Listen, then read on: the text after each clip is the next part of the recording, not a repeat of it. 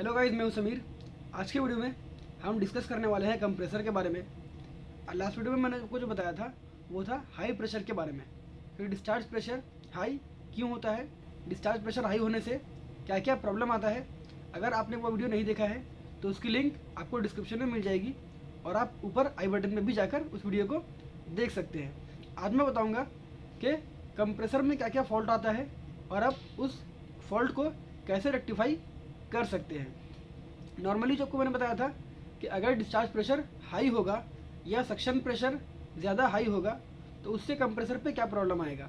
एक तो compressor overheat होगा, कंप्रेसर ओवर करंट पे रन करेगा और जिससे कि कंप्रेसर का जो ऑयल है वो डैमेज होता है। और अगर कंप्रेसर का ऑयल डैमेज हो जाए, कंप्रेसर का ऑयल पतला हो जाए तो वो कंप्रेसर के पार्ट्स को भी डैमेज करता है, जिससे कि कंप्रेसर या स्टकअप हो सकता है या फिर उसकी जो वाइंडिंग है वो जल सकती है। तो आज हम बात करेंगे कि कंप्रेसर में और क्या क्या फॉल्ट आता है। नेक्स्ट, कभी कभी आपको ऐसा होगा कि कंप्रेसर नॉर्मली स्मूथली रन करेगा, जो एम्पियर है वो भी फुल एम्पियर पे रन नहीं होगा। मतलब कि कभी भी एक नॉर्मल कंप्रेसर फुल एम्पियर पे रन नहीं करना चाहिए।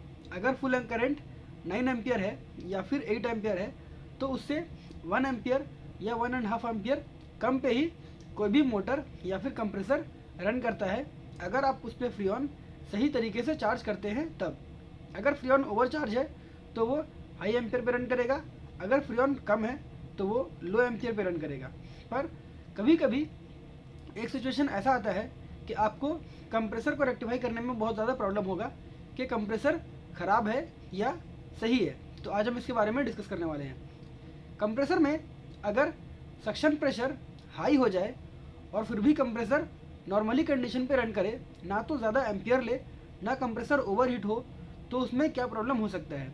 अगर कभी भी आपको सक्शन प्रेशर, अगर नॉर्मली हम बात करें R22 के, अगर फ्रीऑन उसमें R22 है तो उसमें क्या प्रॉब्लम आएगा और आप कैसे उसे समझ सकते हैं। नॉर्मली जो R22 फ्रीऑन है उसका जो आइडियल प्रेशर है, मतलब कि स्टैंड प्रेशर, जब सिस्टम ऑफ रहता है तो सिस्टम के अंदर में अगर आप प्रेशर चेक करेंगे तो वो 150-160 के आसपास आपको वो प्रेशर देखने को मिलेगा।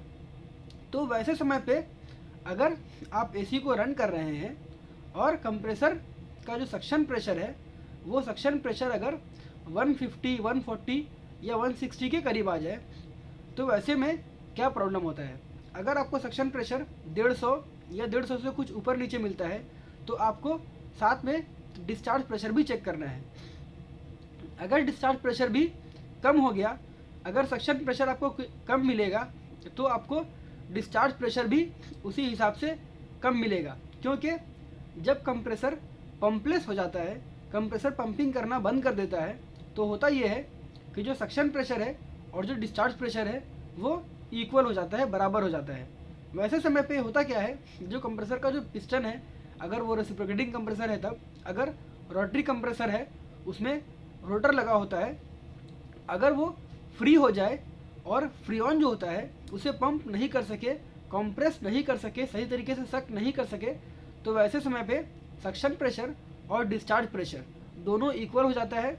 मतलब कि सक्शन प्रेशर आपको हाई मिलेगा जो कि 60 to 70 मिलना चाहिए था, वो सक्शन प्रेशर आपको 150 या 150 से ज़्यादा भी मिल सकता है, और जो डिस्चार्ज प्रेशर है वो आपको 250 से लेकर 300 तक मिलना चाहिए था, वो भी आपको 150, 160 या हो सकता है कि उससे 20-30 ऊपर देखने को मिले।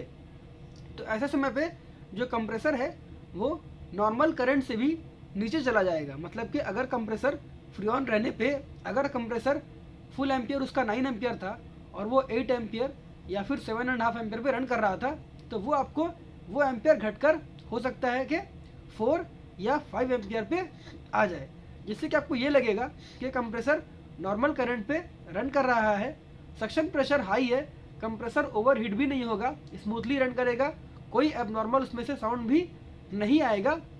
तो आपको ये समझना होगा कि जो सक्शन प्रेशर और डिस्चार्ज प्रेशर बराबर तब होता है, कंप्रेसर का जो पंपिंग है वो पंपलेस हो जाएगा तो कंप्रेसर का सक्शन प्रेशर और डिस्चार्ज प्रेशर बराबर हो जाएगा और जो एम्पियर है वो भी घट जाएगा और कंप्रेसर ओवरहीट नहीं होगा।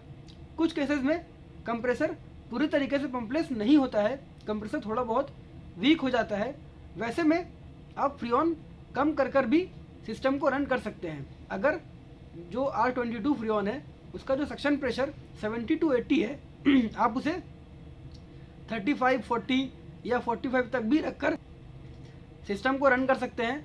रन करने के बाद आपको चेक करना होगा, जो कि प्रैक्टिकली मैंने किया है, वो सिस्टम सही तरीके से रन करता है, कूलिंग भी सही होता है और सिस्टम पे आइस नहीं आता है।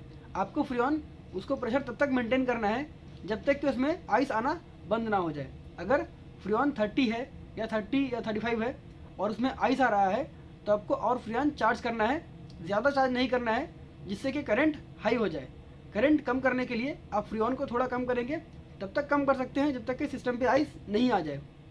अगर सिस्टम पे आइस डिस्चार्ज लाइन पे, अगर लिक्विड लाइन पे अगर आइस नहीं आता है तो तब तक आप फ्रीऑन चार्ज करेंगे जब तक कि कैपिलरी ट्यूब और इंडोर में जाकर चेक करना है कि वहाँ पे जो डिस्ट्रीब्यूटर लगा हुआ है उस जगह पे आइस नहीं आना चाहिए। अगर इंडोर पे आइस आता है तो वो उसमें एक सेंसर होता है, कोयल सेंसर, जिस पे अगर कोयल सेंसर पे अगर आइस आएगा तो वो कंप्रेसर को ऑटो कट कर देगा, कंप्रेसर को बंद कर देगा। अगर सिस्टम पे आइस आना बंद हो जाए तो कंप्रेसर वीक होने के बाद भी आप उसे रन कर सकते हैं फ्रीऑन कम कर कर, मतलब कि सक्शन प्रेशर आप कम कर देंगे, उसमें से फ्रीऑन लेस कर देंगे तो भी सिस्टम रन करता है। तो ये डिपेंड करता है कंप्रेसर पे कि कंप्रेसर वीक है या कंप्रेसर पंपलेस है। अगर कंप्रेसर पंपलेस हो गया तो वो जो सर्कुलेशन है पूरे तरीके से बंद हो जाएगा और फ्रीऑन पूरे जगह पे स्टेबल हो जाएगा, फ्रीऑन सिस्टम पे रन नहीं करेगा, जिसमें कि एम्पियर ज़्यादा लो हो जाता है और सक्शन प्रेशर डिस्चार्ज प्रेशर दोनों बराबर हो जाएगा। और जो आपको डिफरेंस देखने को मिलेगा वो ये है कि सक्शन लाइन और डिस्चार्ज लाइन दोनों का जो टेम्परेचर है उसमें ज़्यादा कुछ डिफरेंस नहीं होगा।